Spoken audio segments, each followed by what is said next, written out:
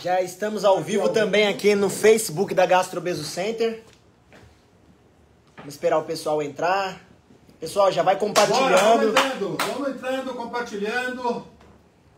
Direct, chama o amigo, chama o primo. Vambora. Tudo sobre sleeve. A gente já fez uma das lives tudo sobre bypass. E aí estavam falando que a gente era tendencioso em relação ao bypass, então hoje nós vamos fazer tudo sobre sleeve. A conexão aqui do Almiro não está entrando. Por quê? A sua conexão. Agora você está vendo que ele demora um pouquinho para entrar. Agora entrou. Já entrou. Pessoal, não esquece de compartilhar. Já vai dando seu joinha. Chuva de coração.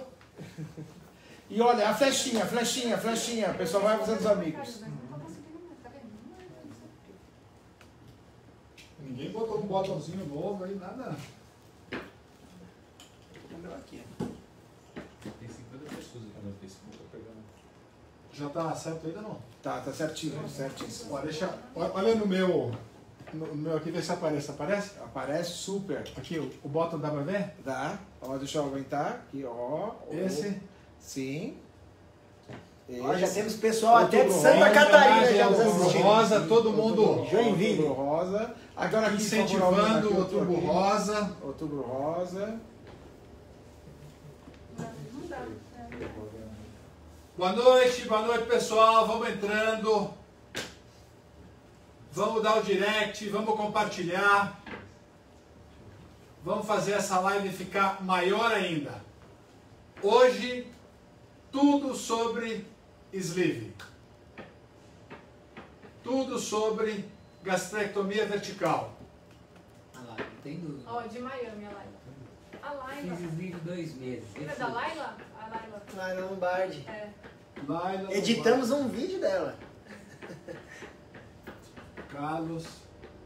Cristiano, boa noite, Carlos. Boa noite, Cristiano. Ô Daniel, volta naquela dúvida que tinha ali em cima, onde você consegue. Vamos ver o que é. Viu, pessoal? Só para o pessoal entender, Aí, quem ó. está no Instagram é que tem dúvidas no Facebook, tem no Instagram do Dr. Almiro e no Instagram também da Gastrobeso. Então são várias dúvidas em vários locais. Então a gente vai lendo todas as dúvidas. Fiquem tranquilos. Fer Lulu. Olá, doutor. Fiz sleeve há 2 meses e até agora não tive nenhum episódio de refluxo. É um bom sinal, pois operei por ter refluxo. Você rolou a roleta russa aí, Fer. Rolou a roleta russa. Nós vamos conversar sobre isso hoje. É um assunto bem interessante. Oi, Bruna. Temos até pessoal de Noruega, Suelen. doutor. Noruega. Suelen da Noruega. Já recebeu as coisas aí, Suelen? Falei com a tua mãe ontem, hein? 90 pessoas já. Silvia, tudo bem? Maiara. Nestor, e aí? É sleeve ou é gastrectomia vertical? Depende. Se for para refluxo, É sleeve ou é gastrectomia vertical? É sleeve, Pessoal, pode falar o que é. quiser. Tá vendo como pega, ó? se for, Parece aqueles jornalistas bem, ó. nos Estados Unidos é sleeve. Se for na América do Sul, é É manga. manga. Se for no Brasil, é gastrectomia vertical. Gastrectomia Boa, vertical. grande direção. Mas, para aqueles puristas da língua, a gente continua ainda falando bypass, né? Então ninguém fala gastroplastia com derivação gastrojejunal em Y de rubro. A gente continua simplificando no bypass. Rafa, bypass é sleeve ou gastrectomia vertical? Eu vou no Você já viu alguém falando no consultório, doutor, eu estou aqui porque eu quero fazer uma gastrectomia Ninguém nem sabe vertical? o que é. Não, o pessoal Já só viu, fala- Nestor? É mais Não, sleeve. fala Tá? sleeve. Bom, pessoal, sleeve é a mesma coisa que gastrectomia vertical. Só que o termo é em inglês. Por quê? Porque sleeve em inglês significa manga. manga da camisa, manga do casaco, porque aquele tubo que fica o estômago depois, ele parece uma manga. E o mesmo termo foi adotado em espanhol se fala manga gástrica. Gastrectomia vertical, manga gástrica, sleeve. Sleeve gastrectomy. Mas aqui todo mundo fala sleeve. Eu também não recebi nenhum paciente no consultório ainda falando que veio aqui para fazer uma gastrectomia vertical. Todo mundo simplifica para o sleeve. Então, como a gente já havia prometido antes, depois que a gente fez aquela live sobre tudo sobre bypass, hoje é tudo sobre sleeve. Não existe bypass hoje. Hoje só vai existir aqui sleeve. E a gente vai começar falando um pouquinho da história do sleeve, da história da gastrectomia vertical. A história da gastrectomia vertical começou com uma cirurgia chamada duodenal switch. Se a gente for olhar a história da cirurgia bariátrica, a gente vai ver diferentes gerações até lá 1984, 85, quando se começou a estudar um tipo de cirurgia diferente, uma proposta diferente que vinha para tentar melhorar os resultados de um procedimento chamado derivação biliopancreática, inventado por um cirurgião italiano chamado Nicola Scopinaro. Nicola Scopinaro tem em torno de 70 anos hoje, é vivo, não tem uma saúde exemplar, mas continua indo nos congressos com a gente continua encontrando ele direto por aí. Aonde essa cirurgia era uma cirurgia que reduzia o estômago e derivava o intestino. Mas diferente do bypass, ela não reduzia tanto o estômago, mas ela derivava bastante, ela desviava bastante intestino. E com isso ela criava alguns problemas nutricionais, anemia, diarreia, mau cheiro nas fezes, muitos gases. E um grupo, um cirurgião americano chamado Douglas Hess e outro canadense chamado Picard Marceau, eles pegaram a técnica da derivação biliopancreática, fizeram alguns ajustes e lançaram a derivação biliopancreática a duodenal switch, aonde uma das partes da cirurgia era retirar o lado externo do estômago. Então, o estômago está aqui, anatomicamente a posição correta do estômago é essa. Para fazer essa cirurgia, então, se cortava o estômago aqui, ó, e o estômago ficava um tubinho, ele ficava assim. E aí, aqui no duodeno, fazia a derivação duodeno-ileal. Essa cirurgia, quando o Dr. Marceau publicou ela pela primeira vez, ele chamou isso de gastrectomia parietal. Muitos anos para frente, aí já na era da cirurgia laparoscópica, um outro cirurgião canadense, o Dr. Michel Beignet, ele começou a fazer essa técnica do duodenal switch por laparoscopia. Só que era uma cirurgia muito longa, o material na época ainda não era como a gente tem hoje e começou a haver um grande número de complicações. Então, para diminuir os problemas da cirurgia, ele resolveu fracionar essa operação em duas. Fazia primeiro o tempo gástrico, onde reduzia o estômago, e um ano depois fazia a derivação intestinal. E isso foi acordado com os pacientes. Os pacientes, eles estavam de acordo em fazer a cirurgia em 2 tempos. Eles assinaram lá um termo que eles concordavam com isso. Só que o que ele percebeu era que a maioria dos pacientes, quando ia fazer o segundo tempo, e chamava, hora de fazer o seu segundo tempo. Não quero fazer. Eu estou super bem, emagreci bem, eu não quero fazer o segundo tempo da cirurgia. E isso consolidou, então, a gastrectomia vertical como uma cirurgia que a gente chama de cirurgia primária, uma cirurgia de indicação primária para a cirurgia bariátrica. A partir daí, isso foi 2003. A partir daí, a gente está em 2020, portanto, 17 anos depois, a partir daí, essa cirurgia conquistou o mundo. Rafa e Nestor, vamos esquecer um pouquinho do Brasil, porque é uma situação à parte. Fala um pouquinho da gastrectomia no mundo. Como é que está a gastrectomia vertical no mundo? Então, que é o sleeve, né, que a gente também chama, está crescendo muito, né?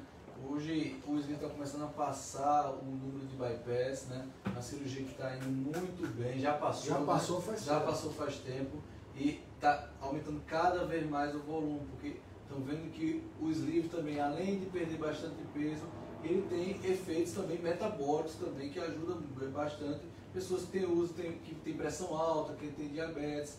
Então é uma cirurgia, quando bem indicada, vai muito bem para os pacientes, porque além do efeito da perda de peso e restrição, também está tendo estudos que estão vendo que tem um efeito muito bom metabólico. Né? Ó, a Jaque está ali, a Jaqueline Paiva. Jaque, um beijo para você também. Sexta-feira a gente se encontra. E lembra, a gente combinou que ia filmar a tua cirurgia, hein? Vamos ver. Sexta-feira nós vamos fazer isso. Nestor, sleeve no mundo. Então, nessa tendência que o Rafael falou, já faz anos, né, que o sleeve já nos Estados Unidos ultrapassou a quantidade de bypass que tem sido realizado, bem mais. Só que uma coisa que ele falou também é verdade, tem que ter uma boa indicação. Porque do mesmo jeito que a gente está vendo que a quantidade de sleeve, de gastrectomia vertical vem aumentando, as cirurgias que a gente chama de revisional, que é ou por voltar a ganhar peso, que no sleeve tem uma proporção maior, ou por não melhorar das doenças, ou até mesmo por refluxo, também vem aumentando. Então é uma cirurgia boa? Claro, todas as cirurgias são boas quando tem uma indicação certa. Aqui no Brasil e na América Latina, na América Latina o quadro está mudando muito já. Mas no Brasil ainda a maioria das cirurgias ela é representada pelo bypass. A gente acha que hoje poderia imaginar aí mais ou menos que talvez 60% da cirurgia seja bypass, 30 e poucos por cento seja sleeve e o restante é dividido em outros tipos de técnica. Mas fora daqui, Estados Unidos, 65% de cada 10 cirurgias, quase 7, elas são gastrectomias verticais, são sleeves. E o resto do mundo é muito parecido com isso. Oriente Médio, 80% é gastrectomia vertical. O Chile, né? O Chile, que começou com um perfil muito conservador para bypass, hoje é abertamente. A Argentina também tem muita gastrectomia vertical hoje. Doutor, a semana passada eu tive toda operando no México, onde fundamentalmente se operam americanos que vêm dos Estados Unidos operar. O hospital que eu estava, a gente fazia mais ou menos 25 operações por dia e em torno de 18 eram sleeves. O restante se dividia em bypass, cirurgia revisional e coisas assim. E ao que se deve esse crescimento do sleeve nesses últimos tempos? Eu acho que a gente tem que ver muito a interpretação de cada um, né? Porque eu acho que o Brasil é um país que tem um histórico muito forte de cirurgia bariátrica. O bypass é uma cirurgia muito fundamentada aqui no Brasil. O cirurgião aqui no Brasil ainda é um cirurgião especialista em cirurgia bariátrica. Então a gente precisa comparar os perfis. Na maioria dos países ainda o cirurgião que faz cirurgia bariátrica é o cirurgião digestivo.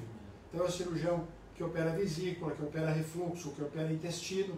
Então ele tem lá 2, 3 cirurgias diferentes no dia. E ele não é um especialista em cirurgia bariátrica, ele acompanha tudo. Então talvez isso influencie um pouco.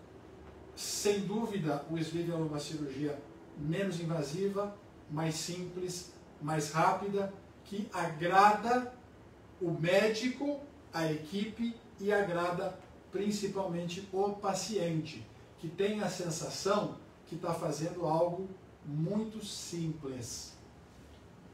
Mais light, né? Não é. Não é. E a gente vai começar pelo simples fato. Se poucas vezes nós precisamos reverter uma cirurgia bariátrica, mas poucas vezes precisamos. O sleeve é uma cirurgia irreversível, porque aquela parte do estômago que foi retirada foi mandada para o laboratório de patologia. Acabou, não tem mais volta. O bypass não. Aquele estômago ele é desviado. Se precisar reconectar no futuro, pode reconectar. Vamos falar um pouquinho de técnica aqui? Enquanto você pega, eu vou só falar, a Vanessa Gomes falou assim, boa noite, fiz sleeve há 100 dias e venho sentindo azia, mas o Dr. Rafael Torres vai me ajudar. Vai. Como você vai ajudar ela? Como você vai ajudar, Rafael? Vem em retorno. Quem foi? A Vanessa Gomes. A Vanessa, ela operou com a gente mesmo e junto com a nutricionista, a gente tá vendo a parte da dieta dela, forma de mastigação. Ela não tinha refluxo antes da cirurgia, né? E aí a gente tá vendo a forma de ver para melhorar esse refluxo dela, né? Sabe, uma das coisas que a gente sempre tem que deixar bem clara, Rafa, é diferenciar refluxo de regurgitação. Refluxo de erro alimentar. O que é refluxo? O alimento vem, entra dentro do estômago e reflui. Fluxo normal é do esôfago para o estômago. Aqui, entre o esôfago e o estômago, tem uma válvula chamada esfíncter inferior do esôfago. Esse esfíncter, ele está sempre fechado. Quando a gente engole, a comida vai descer pelo esôfago, quando ela chega aqui pertinho, o esfíncter abre, a comida entra dentro do estômago e em seguida ele fecha. O problema é que às vezes esse músculo não está fechando direito e vai permitir com que o alimento entre dentro do estômago e volte. Isso é diferente de não mastigar direito, de comer rápido, de comer, a comida está parada aqui, tomar alguma coisa junto que vai bater e vai voltar. Isso não é refluxo, isso é regurgitação. E tratamento para regurgitação é comer menos, comer mais devagar, mastigar melhor, não tomar líquido em cima da refeição, não tomar bebida gasosa. Não é refluxo. Não confundam as coisas. Isso é importante. Ela está tendo um acompanhamento com a Ariane, com a nutricionista, e a gente está vendo essa parte, porque pode ser, como o senhor falou, a dieta, entendeu? Na fase ele comia rápido demais, tomando líquido. Então essas coisas vai se ajeitando e melhora bem o refluxo dela. Isso também é uma coisa que pode ser encarada como normal nessa fase de ajuste depois da cirurgia. É normal ter algumas coisas que precisam ser corrigidas com o passar do tempo. Bem, como é que nós vamos abordar, Nestor, a questão de indicação? O que é uma boa indicação para sleeve e qual não seria uma boa indicação de sleeve que seria uma outra técnica, no caso, o bypass, por exemplo? Então, hoje em dia a gente está avaliando bastante essas indicações, principalmente do sleeve, para quem tem refluxo. Então, uma das coisas que a gente já começa a descartar quando o paciente já tem uma queixa bem importante de refluxo. Muitas vezes a gente faz exames pré-operatórios, tudo, não tem grande alteração anatômica da parte esofágica, de estômago, de esfíncter, mas o paciente tem uma queixa muito grande. Então já é um fator de se pensar em não usar esse tipo de técnica. Como foi falado, pode ser coisas diferentes, ter refluxo, ter regurgitação, mas é uma coisa que pode piorar. Então a gente já vai pensar em não fazer isso. Também, quem tem doença metabólica muito importante, que uma delas é o diabetes tipo 2, já com o uso de insulina, um diabetes de longo prazo, uma doença metabólica bem importante, então já é bem conhecido que a cirurgia de escolha para quem tem diabetes também é o bypass. Então são avaliações que a gente faz para ver qual é a melhor indicação para o sleeve. Eu acho assim, Nestor, que a gente precisa, como a gente vê muito barofake por aí, a gente precisa começar a dar um pouquinho de fonte para as pessoas entenderem, porque o que a gente está falando aqui, ele se baseia na nossa opinião, na nossa experiência e no que a gente vê na literatura médica, nos comentários de congresso, nessas coisas por aí. Tem um estudo muito clássico feito na Cleveland Clinic, coordenado por um médico chamado Phil Schauer, que era o chefe da cirurgia bariátrica na Cleveland Clinic naquele momento. E quem quiser, isso você abre o Google e você vai conseguir.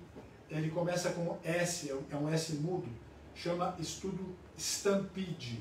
A gente pode até, Daniel, amanhã vamos lembrar de colocar o estudo Stampede na mídia social para as pessoas poderem consultar. Esse estudo Stampede, ele acompanhou um grupo de pacientes por 5 anos e ele envolvia 3 grupos diferentes. E é um estudo feito para avaliar principalmente o resultado da cirurgia metabólica, o que melhorava do diabetes dos pacientes. Mas tinha um grupo que só fazia tratamento clínico, ou seja, dieta, atividade física, remédio. Teve um outro grupo que foi submetido a sleeve e teve um outro grupo que foi submetido a bypass. E no final dos 5 anos ficou muito claro, primeiro, que o resultado de perda de peso e tratamento do diabetes daquele grupo com tratamento clínico não chegava nem perto da cirurgia. Era assim, o tratamento clínico, ele estava, a perda de peso do paciente, o peso começou aqui, desceu para cá. Na cirurgia, o peso começou aqui, ele estava aqui, tinha essa diferença entre o tratamento clínico e a cirurgia. Então, esse estudo ele mostrou, primeiro, o tratamento cirúrgico, não importa qual seja a cirurgia, é muito melhor que o tratamento clínico. Segundo, o resultado do bypass foi melhor, tanto no critério de perda de peso, quanto no critério de melhora das doenças metabólicas. Então, isso não é a opinião da doutora Manuela, do doutor Nestor, minha ou do doutor Rafael. Isso é a opinião da literatura médica. Então, quando a gente vem aqui e fala isso para vocês, isso não é uma opinião pessoal. A gente fala baseado no que a gente vê na literatura. Então, isso configura o sleeve como uma boa operação, mas olhando ao longo do tempo, o resultado do sleeve em termos de perda de peso e melhora metabólica, ele sempre vai ser um pouco inferior ao bypass. Mas mesmo assim, existe um grupo de pessoas que ele tem uma boa indicação. Então, vamos falar de diabetes? Olha aqui, nós temos um paciente que ele tem diabetes há 10 anos. Ele está usando insulina. E ele está usando remédio para colesterol e tal. Qual é a melhor cirurgia para esse paciente, Nestor? Bypass. Bypass. Se eu tenho um paciente que tem 3 anos de diabetes, não está usando insulina, está usando dois remédios, o sleeve pode ser cogitado. Esse é um tipo de diabetes que vai responder bem a sleeve. Mas para os casos de diabetes mais graves, pacientes que têm diabetes há 10, 15 anos, o bypass já mostrou que ele tem um resultado melhor. Né? Então, a gente precisa ir vendo essas situações. Vou mostrar uma coisa para vocês, porque, olha aqui, ó. Aqui está o estômago. Vamos lá, me ajuda aqui. Olha aqui. Estômago está aqui. Tenta ver se você consegue pegar ali. Aqui está em ordem. Ó, aqui, na mão do Dr. Rafael, está o esôfago. O esôfago é um tubo de 40 centímetros aqui, 30 centímetros, 40 até a boca, e aonde a comida passa aqui. Aí o alimento vai cair dentro do estômago. Dentro do estômago existe esse lado, o lado de lá, que a gente chama, o que é isso aqui? Ó? É uma curva. Isso é a pequena curvatura. Isso aqui é a grande curvatura. Anatomia do estômago. Entrada do estômago, do esôfago no estômago. Chama cárdia. Essa parte superior do estômago, fundo. Essa parte média do estômago, corpo. Essa parte do estômago que termina aqui no duodeno, antro. Então, o estômago tem fundo, corpo, antro. Pequena curvatura, grande curvatura. O sleeve é uma cirurgia, quer falar alguma coisa? Eu queria assim, antes de você cortar, tem um paciente que já falou umas 3 vezes aí que você nunca fala sobre gastroplastia endoscópica. Como você vai cortar o estômago aí, você poderia falar só o que você faz na endoscópica e a diferença antes de cortar. Aí ele vai pegar uma caneta para você marcar ali os pontinhos quando você dá. Ó, a gastroplastia endoscópica é um procedimento feito por endoscopia. Não tem nenhum furo na barriga, é tudo feito pela boca. E a gente entra aqui dentro do estômago e com o aparelho de endoscopia a gente olhando e adaptando ao aparelho de endoscopia um outro aparelho que permite fazer sutura, eu vou pegar assim, ó, imagina que isso aqui é a parede do estômago. Eu vou pegar aqui, eu vou pegar aqui, eu vou pegar aqui, eu vou pegar aqui. Então eu vou enrugando a parede do estômago. A gente vai pegando aqui. Aqui, aqui, aqui, aqui, aqui, aqui, aqui, aqui, aqui. Então quando eu aperto esses pontos, tipo uma gaita, um fole, como é que chama aquele negócio? Lá no Rio Grande do Sul é acordeon. Lá no Rio Grande do Sul é gaita. Acordeon. Sanfona. Tem nome para tudo que é jeito. Então, quando a gente aperta a sutura, isso como uma sanfona, vai tudo para lá. E o estômago vai ficar desse tamanho. Mas nós estamos fazendo uma cirurgia de redução do estômago sem tirar a parte do estômago. É importante porque aí a gente pode comparar as duas técnicas aqui para ver também, né? O que funciona.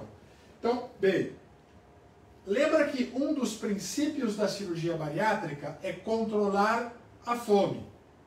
A fome é controlada pela diminuição do hormônio que gera a fome, que é a grelina. A grelina é produzida aqui, ó. Quando a gente faz o sleeve, o estômago vai ser cortado aqui e essa parte que produz a grelina vai ser retirada. O que aí eu queria que as pessoas que fizessem sleeve, que fizeram sleeve, que respondessem ali pra gente. É ou não é que logo no dia seguinte da cirurgia não tem fome? A fome é 0. Responde para mim, por favor. Então, quando a gente tira, zera a grelina. Não tem fome no dia seguinte. Porém, quando a gente faz gastroplastia endoscópica, reduz, mas não tira. Ou seja, vai diminuir grelina, mas não vai tirar. Então, aí já tem uma diferença importante entre as duas técnicas.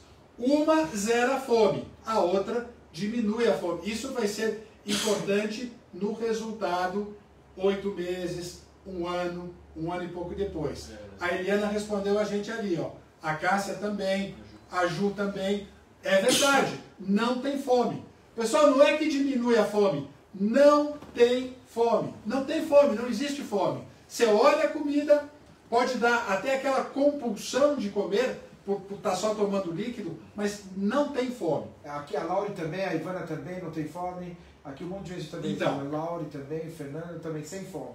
Agora, a Ana, um monte de gente falou zero fome. Então, agora é assim, fazer um sleeve não é simplesmente vir aqui e cortar o estômago. Existe uma técnica para isso, né? Existe um conhecimento técnico para fazer isso daqui. Porque se a gente vier aqui e cortar o estômago aqui, ó, e tirar só essa parte aqui, vai ter uma perda de peso de 10, 15 quilos ali no começo e depois vai voltar a ganhar peso tudo outra vez. Então existem referências anatômicas. Vamos lá. Rafa, aqui embaixo, qual é a referência? Aonde eu começo a cortar embaixo? A gente faz mais ou menos 2 a 3 centímetros do piloro aqui.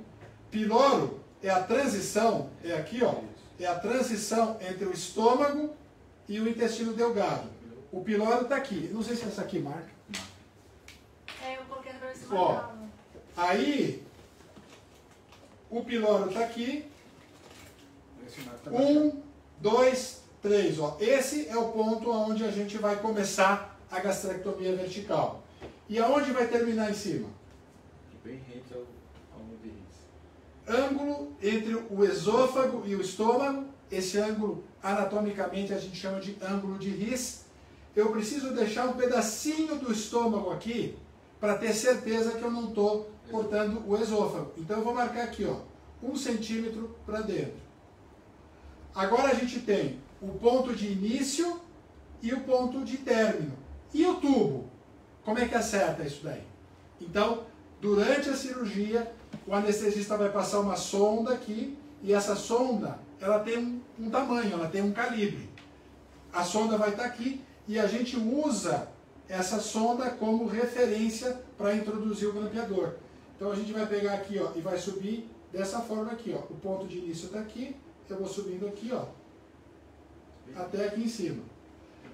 Esse tubo aqui, ele é calibrado por uma sonda. Você sabe francês ou não? Un petit peu. Mas eu parlo francês. Mas parle francês. Então, assim, a gente usa aqui uma sonda que ela foi desenvolvida na França. E a escala que a gente usa é French. A gente fala 32 French, 33 French.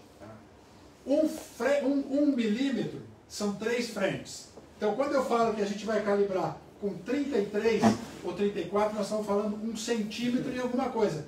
O diâmetro daquele estômago, ele tem que ficar menor do que 1,5 centímetro. Então, eu tenho o ponto de começo aqui, o ponto de terminar lá em cima. Vamos lá, ó. Entrei aqui. Eu vou acompanhando essa sonda. É bem preciso, né?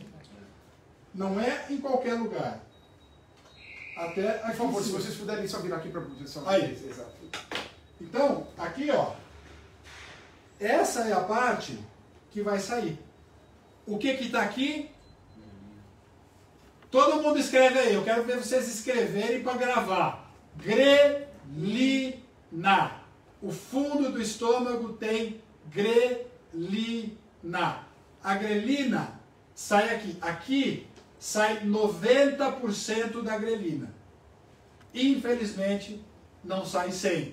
E esses 10% vão incomodar para burro depois, principalmente depois de 1 ano da operação. Realmente são aquelas fotos, às vezes, que você mostra dos estômagos. O que a gente mostra é isso aqui. A gente infla, claro. Porque aqui tem uma linha de grampo, então no final da cirurgia a gente infla aqui para ver se não tem nenhum vazamento, nenhum problema que possa ter aparecido nessa linha de grampo. E aqui, como o doutor Mino fala, isso aqui é uma bolsa, né? Ele dilata para cá, né? Então não vai ter mais essa dilatação e esse acúmulo de comida aqui. E aqui não dilata para cá, né? Exatamente.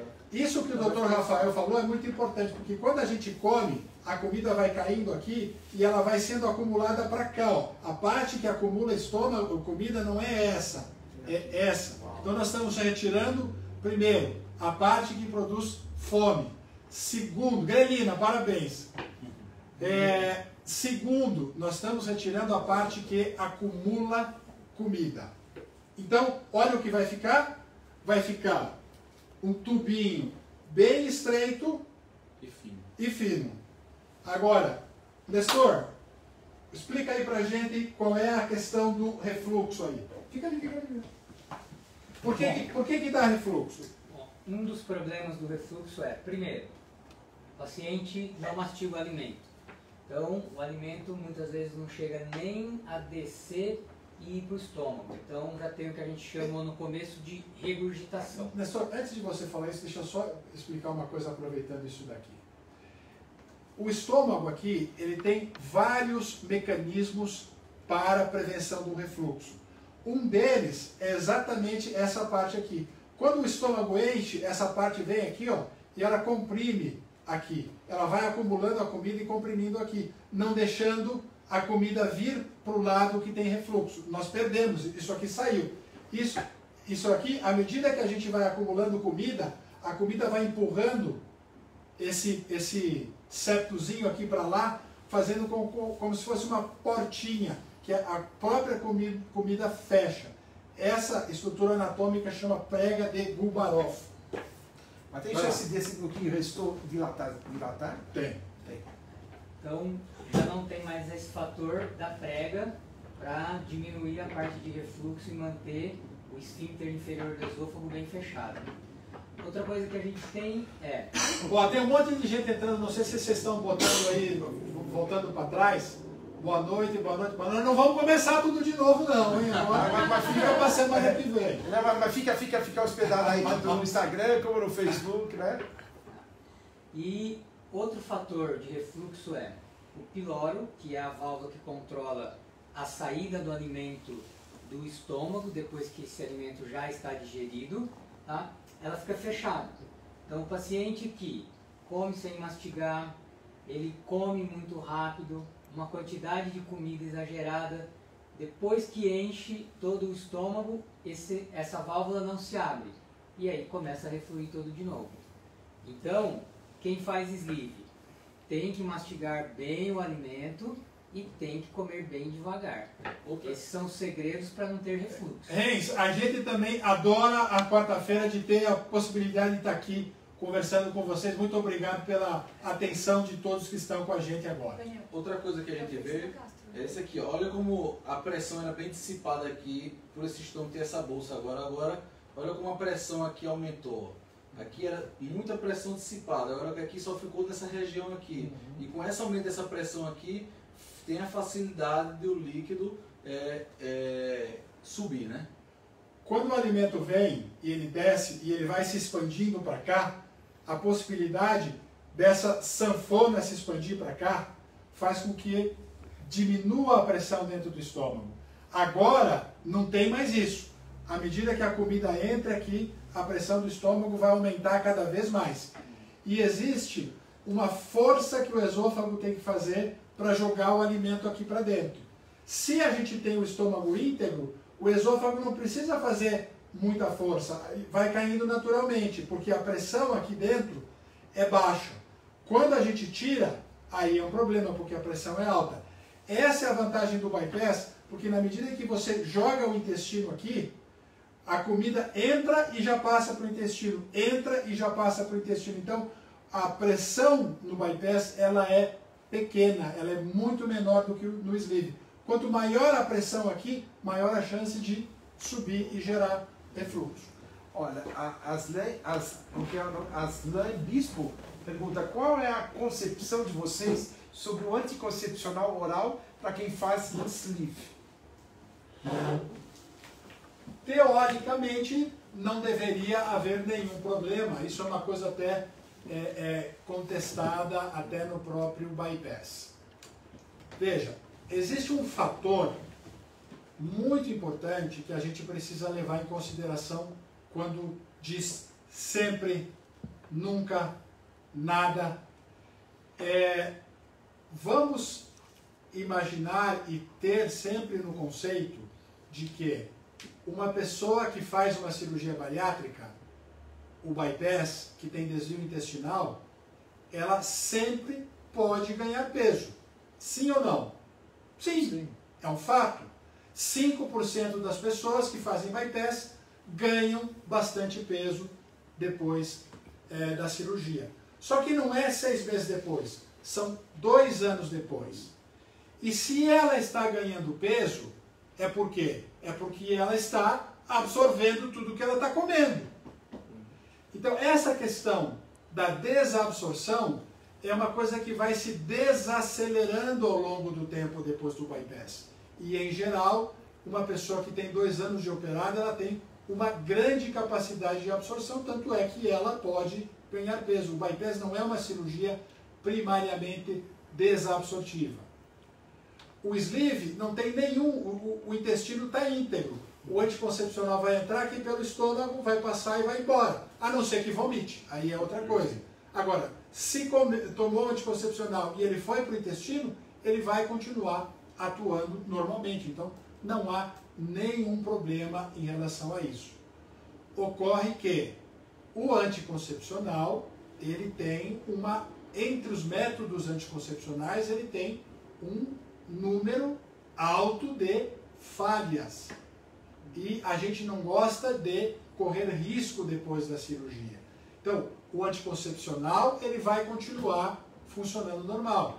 Só que a mulher que faz a cirurgia, ela está emagrecendo, ela aumentou a fertilidade, mudou o ciclo, ela não sabe mais quantos dias, como é que vai ser, e isso pode criar uma condição favorável para uma gravidez, num momento que não é a melhor coisa da vida. Então, por isso, é sempre melhor garantir. Então, a gente sempre recomenda, pelo menos nos primeiros 6 meses depois da cirurgia, a combinação de 2 métodos anticoncepcionais.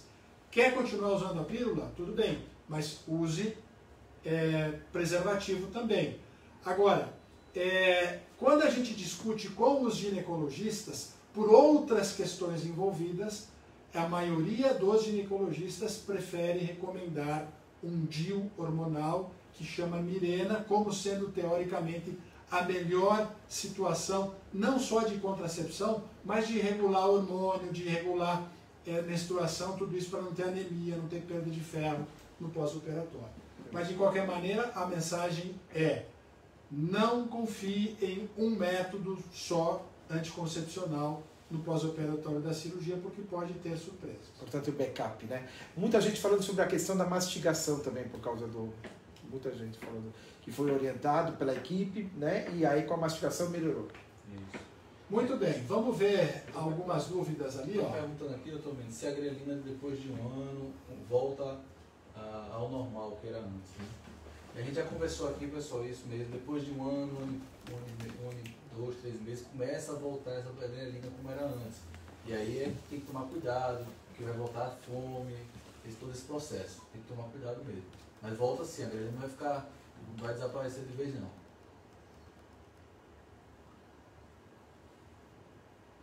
Bom, pessoal, a gente está aqui com o Wagner, que está participando da live. Eu não sei se ele está com os segundos interesses ainda não. Nem você e ele estão com o segundo interesse. Mas o Wagner hoje ficou aqui só para dar uma olhada na rede, para garantir que a coisa flua bem, que o som esteja bom. Então, se está tudo bem aí, manda o ok aí, manda o joinha para gente saber que o som tá bom, a qualidade da imagem tá boa, que tá tudo... Grande Wagner, grande Wagner. Vamos mostrar o Wagner, faz tempo, né? Wagner só se conhece há 20 e poucos anos só, né? Isso aí, dá não. Só que você tá pintando o cabelo, não é possível. Não, eu tô eliminado. O que mais, Slive, a gente pode falar? Então, olha aqui, ó, tá aqui, esse é o nosso tubinho depois da cirurgia. Vejam que mais ou menos ele vai corresponder a 1/3 do tamanho do estômago. E não adianta. Aqui, deixa eu aproveitar, Danão, para fazer sempre aquela analogia que eu faço, que eu acho que aqui vai ficar bem fácil de entender. Olha aqui, ó. Aqui nós estamos na Bandeirantes indo para Campinas. Boa. 5 pistas. Anda carro de um lado, anda carro do outro. Gente a 80, gente a 120, gente a 160. Mas está aqui as 5 pistas. Lá na frente um pouquinho, lá passando Jundiaí, como é que chama? A Ban, não sei o que, a Autoban está reformando a estrada. E ela fechou 4 pistas. Ficou uma só. Se todos os 5 carros que vierem na mesma velocidade, vai dar um baita de um acidente aqui. Então, tem que lembrar que quando diminui o número de pistas da rodovia, só vai passar um carro de cada vez. O que significa que todo mundo vai ter que frear e mais devagar, e passando bem devagarzinho e tal, para não ter risco de ter acidente. Aí a gente volta naquela história. Comer devagar, mastigar bem. Olha aqui, a gente já falou aqui com 2 fonos, né? E as fonos sempre recomendam a mesma coisa. Nós vamos colocar o alimento na boca, nós vamos mastigar esse alimento até que ele vire uma papinha, um creminho, que não tenha nem um pedacinho, e depois a gente vai engolir. E antes de colocar a próxima porção de alimento na boca, a gente vai deixar o alimento descer um pouquinho para não ter risco de colisão. Nestor, responde lá, ó. Cristiano Almeida, pergunta bem interessante. o que é esôfago de Barrett. Vamos já responder duas, porque tem Cristiano, sem querer ser Mais ou chato, Adora- tem 2 T's no teu Barrett. Adoraram a analogia, Você não tem parabenizaram. obrigação de saber, mas eu tenho. O Barrett é com letra maiúscula, porque é nome de uma pessoa, e ele tem R-R-E-T-T. Tem um paciente Adoraram a que perguntou, analogia. que tem um tipo, quais as comorbidades que são contraindicadas fazer isso? Então, contraindicado absoluto é refluxo muito importante. É hiato, né? Cristiano, o que significa o esôfago de Barrett? Quando um paciente tem refluxo, então de tanto ácido, de tanto voltar irritação na parte do esôfago, que é a primeira parte do nosso trato digestivo, isso vai causando alterações da mucosa, da camada de dentro do nosso esôfago. Até uma hora que essa alteração muda as células que estão na nossa mucosa. E quando a gente, numa endoscopia, consegue observar esse tipo de lesão, a gente chama de esôfago de Barrett. Isso já é uma lesão bem importante do esôfago, que já é uma lesão, muitas vezes, já pré-câncer. Então tem que tomar bastante cuidado, tem que tratar antes. Isso, por exemplo, é uma contraindicação Clássica, né? absoluta de ser submetido a uma cirurgia de sleeve. Tá? Então é uma alteração muito importante do esôfago por conta de refluxo. Esse é um processo inflamatório, né, que ocorre crônico, como o Nestor falou.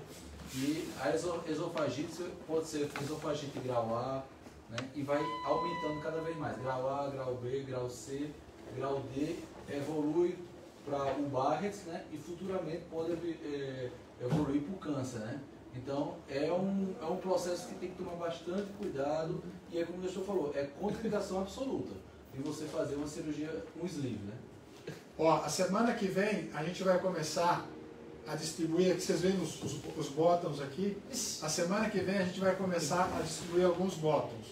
Superei a dieta líquida, emagreci 10 quilos, Eu já emagreci dei hoje. 30, Eu emagreci comecei a dar hoje. 45. Você vai usar de qual? Emagreci quanto? Emagreci mais 50. de 50. Emagreci mais de 45. E uns que são assim, feliz com o meu sleeve, feliz com o meu bypass. Olha aqui, ó, eu estou feliz aqui com o meu sleeve. Jejum intermitente. Tranquilo. Muito Sabe o que eu bom. acho que era uma coisa boa que a gente podia falar, que é uma dúvida muito frequente quando os pacientes vêm procurando a cirurgia de sleeve, a respeito de suplementação, né? De ter que tomar vitaminas ou não. Então isso é uma dúvida muito frequente.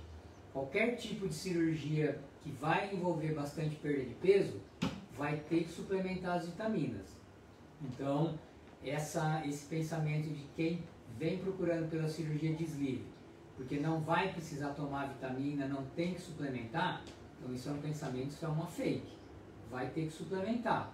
É claro que, muitas vezes, a cirurgia de sleeve, por não envolver um desvio intestinal, a suplementação, muitas vezes, é menor do que do bypass, mas é uma coisa que a gente vai ter que fazer também. E aqui no nosso grupo, a gente faz igual para os dois, principalmente no primeiro ano de cirurgia, que é quando vai perder mais peso. Olha aqui, não importa se faz sleeve ou bypass, a suplementação, a fundamentação da suplementação, pelo menos nos primeiros 6 meses, ela não é porque fez sleeve ou porque fez bypass, porque tem desvio do intestino. O fundamento de usar suplemento é pela perda de peso. Se você fizer um tratamento clínico com remédio e perder 40 quilos, tome suplemento, porque você não vai ficar bem perdendo 40 quilos sem usar suplemento. A razão de suplementação, pelo menos nos primeiros 6 meses, é a perda elevada e rápida de peso. Naquele período que a gente está fazendo aquele primeiro mês, onde a dieta é muito restrita, você vai zerar todo o teu estoque de vitamina. E se não tiver uma reposição, lá, por que a queda de cabelo não começa na primeira semana e começa no 4º mês? Porque até o 3º, 4º mês, o teu estoque de vitamina, o que a gente tem estocado aguenta a perda. Mas depois do terceiro mês, zera. A ferritina está 6, se não for suplementar. Então, a gente precisa, o ideal é até que comece antes da cirurgia com a suplementação para não ter desnutrição, para não ter problema nutricional. Existe emagrecimento saudável e existe desnutrição. Desnutrição vai gerar problema. Anemia, fraqueza, indisposição, cansaço, apatia, e isso não precisa acontecer. A gente tem como prevenir isso de uma maneira adequada. E outra coisa, a gente sabe em literatura que 80% do obeso, né, ele tem deficiência de vitamina, né? Qualquer tipo de vitamina tem deficiência, porque são pessoas que não comem, comem muita fritura, refrigerante, muito carboidrato, né? E isso não tem tanta vitamina. Então, logo depois da cirurgia, os pacientes estão com as vitaminas muito melhores do que antes da cirurgia, com menos peso, né? E uma coisa que eu falo muito para os pacientes, quando você vai operar o bypass ou o sleeve aqui na clínica, não vai ter a receita do bypass e a receita do sleeve, isso é a mesma receita, mesmas vitaminas. E como todo mundo falou, depois aí com os exames periódicos, com passagem com a equipe, com a gente vai decidir quantas vitaminas vai ficar, se vai ficar mais um ou outro, vai ficar menos, mas depende de cada paciente, isso aí. Bom, só uma dúvida. A Fernanda Beatriz pergunta, algumas vezes após as refeições notei soluço, isso tem ligação com a cirurgia? Mais ou menos. Isso tem ligação mais com a tua forma de comer do que com a cirurgia propriamente dita. Ligação. Você já teve soluço, Danon? Já. Já teve soluço, Daniel? Sim. Aí alguém me deu um susto várias vezes. O Danon e o Daniel já tiveram soluço e eles não têm cirurgia bariátrica. Soluço é alguma irritação do estômago. Você pode ter soluço porque tomou um líquido muito gelado e estimulou o estômago por dentro, mas em geral, quando ele é relacionado à cirurgia bariátrica, é porque houve um estímulo muito rápido do estômago. Encheu o estômago muito rápido, tomou um gole muito grande, comeu rápido demais, não mastigou direito. Então, não é um bom sintoma de ter o soluço. O soluço significa que tem algo para ser corrigido. Rafa, legal. Paty Nascimento. Quais seriam motivos que justificassem a reversão de um bypass para um sleeve? Nossa. Já fez alguma reversão de bypass para sleeve? Eu nunca indicaria. Não, nunca fiz. Já fez, Rafa? Eu nunca indicaria. Não, mas por exemplo, Vocês têm pouca experiência, eu já fiz. o que eu indicaria para pegar um Você já bypass e fez? transformar num sleeve? Você já fez, por Um exemplo, paciente que tem uma desnutrição, por exemplo, só proteica, isso, só isso. que não está absorvendo muito bem as vitaminas e com toda a suplementação, com tudo, a gente não consegue melhorar essa parte nutricional. Para que ele não perca todo o processo bariátrico, reverta a cirurgia inteira, vai voltar a engordar tudo de novo, melhore a parte absortiva, talvez eu pensaria em transformar um bypass Redução de peso. em um sleeve. Para redução de peso, é o que a gente está escutando agora as pessoas fazendo. Tipo, Não. não tem sentido, mas tipo, não sei se é a dúvida dela, porque tem muita gente falando na internet. Eu acho que... Para redução de peso. Deixa Eu eu acho que falar essa assim. parte nutricional é importante, mas para reduzir reduzir peso... peso nunca. Patrícia, a gente não gosta muito de falar de um caso, de 2 casos, de 3 casos. Você vai me falar assim, doutor, mas eu sei de casos que reverteram o bypass para sleeve e porque o paciente tinha reganhado peso e ficou muito bem. Eu vou concordar com você, mas é assim, isso daí é a tua visão por um número muito pequeno de casos que você vê. A gente vê isso no dia a dia, vai a congresso a todo momento, lê literatura médica a todo momento. Não é normal fazer uma reversão de cirurgia de um bypass para um sleeve. É normal fazer de um sleeve para o bypass. Você não consegue colocar, por maior que seja a minha cidade, Caxias do Sul, muita gente lá, mas nunca vai dar para colocar Porto Alegre dentro de Caxias. Caxias dá para colocar dentro de Porto Alegre. seria mais ou menos a mesma coisa. O bypass, ele é uma cirurgia que utiliza mais mecanismos de emagrecimento. Não tem sentido a gente pensar que revertendo um bypass para um sleeve vai ter mais emagrecimento. Provavelmente até tenha no momento inicial, onde apertou tudo de novo, tem que fazer a dieta, mas eu quero ver isso daí 1 ano depois. E eu acho que isso é uma coisa que os pacientes bariátricos precisam começar a cobrar mais dos médicos. Chega dos médicos botar a culpa em vocês. Você não está emagrecendo porque não está fazendo dieta, você não está emagrecendo porque não está fazendo atividade física. Não é bem assim. Se o centro do emagrecimento fosse fazer dieta e fazer atividade física, ninguém precisava fazer cirurgia bariátrica. A gente precisa dividir igualmente a responsabilidade sobre aquilo que a gente está fazendo. Então, peraí, doutor, o senhor está me propondo isso? Qual é a garantia que eu tenho? Quanto eu vou emagrecer? Porque senão você está se metendo em uma aventura que a gente não conhece como vai ser o resultado. Por que que o bypass é uma técnica consagrada? Porque tem 50 anos de uso. Imagina quantas mil pessoas já fizeram bypass no mundo? Quantas mil pessoas já fizeram sleeve no mundo? Agora, quantas pessoas no mundo já transformaram bypass para sleeve? Eu te garanto que não é mais do que 50. Então, entrar nisto é entrar numa aventura que você não sabe como vai acabar lá na frente.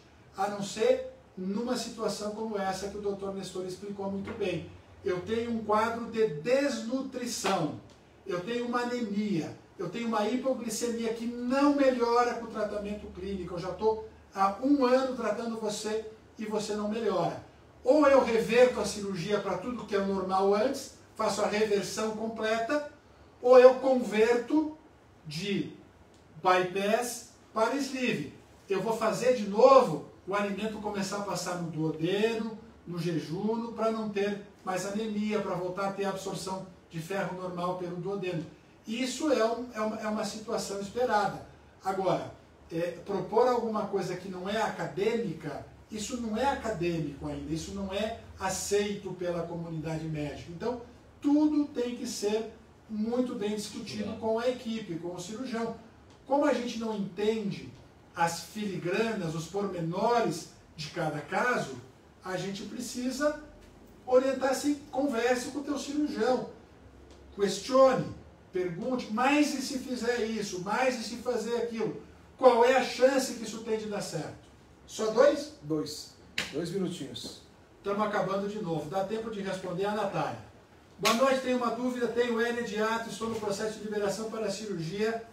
Com a sleeve isso vai corrigir ou o bypass é ideal?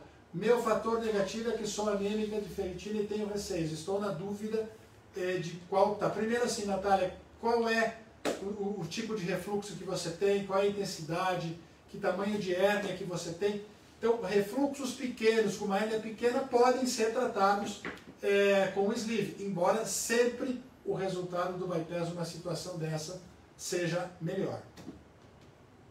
Sim? Bom, pessoal, olha aqui, ó.